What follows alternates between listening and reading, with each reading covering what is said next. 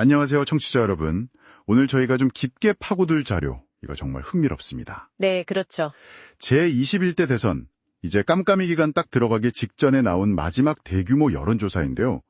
이게 무려 6,001명을 대상으로 한 결과입니다. 네, 시점도 그렇고 규모도 그렇고 현재 판세를 읽는 데 아주 중요한 자료죠. 맞습니다. 가장 눈에 띄는 건 역시 이재명 후보하고 김문수 후보, 이 두 후보 간 격차가 확 줄었다는 거 아니겠습니까? 네, 거의 오차 범위 근처까지 간 건데요. 맞습니다. 정말 판이 흔들리고 있다는 신호 같은데 오늘 이 자료들 보면서 특히 김문수 후보의 이 막판 상승세, 이걸 보수 진영 입장에서 어떻게 봐야 할지 한번 좀 깊이 들어가 보죠. 자, 그럼 바로 본론으로 가장 최근 조사 5월 25일에서 27일 사이 결과부터 딱 보면요. 네. 이재명 후보 46.9%, 그리고 김문수 후보가 41.8%. 네, 41.8%? 격차가 5.1%포인트입니다. 와, 이거 몇 주 전만 해도 두 자릿수였잖아요. 그랬었죠. 10%포인트 넘게 차이 났었으니까요.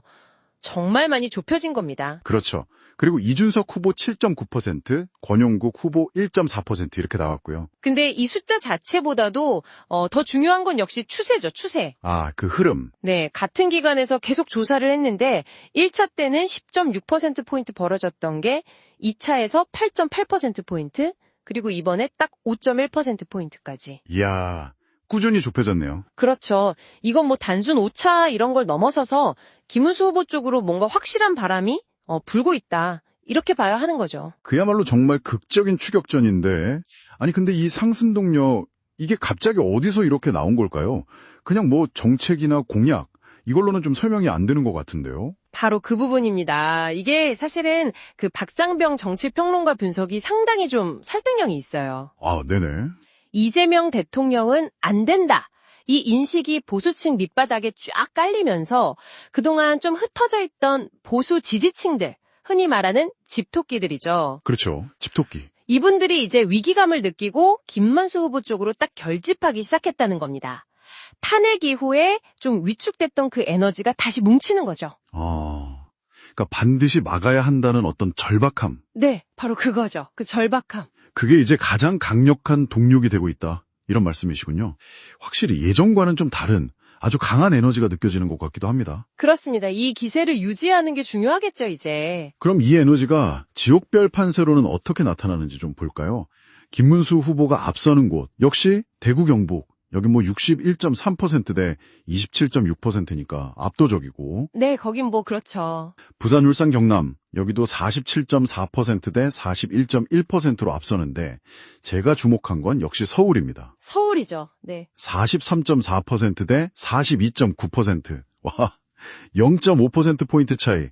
이거 정말. 네, 이게 이번 대선에 어떻게 보면 최대 승부처이자 뭐랄까요, 가장 중요한 지표입니다. 전국 유권자 한 5분의 1, 거의 18.7%가 여기 몰려 있잖아요. 그렇죠. 근데 여기서 0.5%포인트라도 앞서고 있다? 이건 정말 큰 의미가 있는 겁니다. 그냥 우연이 아니에요. 아니 역대 대선 결과를 봐도 서울에서 이겨야. 맞습니다. 그리고 이기는 경우가 대부분이었죠. 네, 2000년 이후 대선만 봐도 서울을 내주고 대통령 된 경우는 사실상 없다고 봐야 돼요. 아, 그렇군요. 유일하게 이제 18대 박근혜 전 대통령 때가 예외인데 그때도 사실 서울에서 48% 넘게 얻었어요. 거의 50% 가까이 갔기 때문에 전국 승리가 가능했다. 이런 분석이 많거든요. 아, 거의 반타작은 했어야 된다는 거네요. 그렇죠. 그러니까 지금 김문수 후보가 서울에서 아주 근소하지만 리드를 잡았다는 건 보수 진영 전체에 이거 해볼 만하다. 이런 강력한 신호를 주는 거죠. 정말 고무적인 신호네요. 이 서울에서의 흐름을 마지막까지 잘 이어가느냐, 이게 전체 판을 가를 수도 있겠군요. 연령별로도 잠깐 보면 김문수 후보는 역시 60대, 70세 이상 이쪽에서 강세고. 네, 고령층 지지가 탄탄하죠. 이재명 후보는 4050이 핵심이고 18세부터 50대까지는 전반적으로 우세하고요. 네. 정당 지지도로 보면 민주당 44.7%, 국민의힘 39.8% 이렇게 나왔는데. 근데 이거 좀 재밌네요. 국민의힘 지지율 39.8%보다 김문수 후보 개인 지지율 41.8%가 더 높아요. 네, 그 점도 주목할 만하죠. 그러니까 당 지지층 외에 뭐 중도층 일부라든지 무당층에서도 김 후보 개인을 보고 표가 좀 오고 있다. 뭐 이렇게 해석할 수도 있겠습니다. 그렇군요. 자, 종합적으로 보면요. 대선 막판 이 깜깜의 기간 들어가기 직전의 이 데이터는 분명히 김문수 후보의 극적인 상승세 그리고 보수층의 강력한 결집 이걸 보여주고 있습니다. 네네.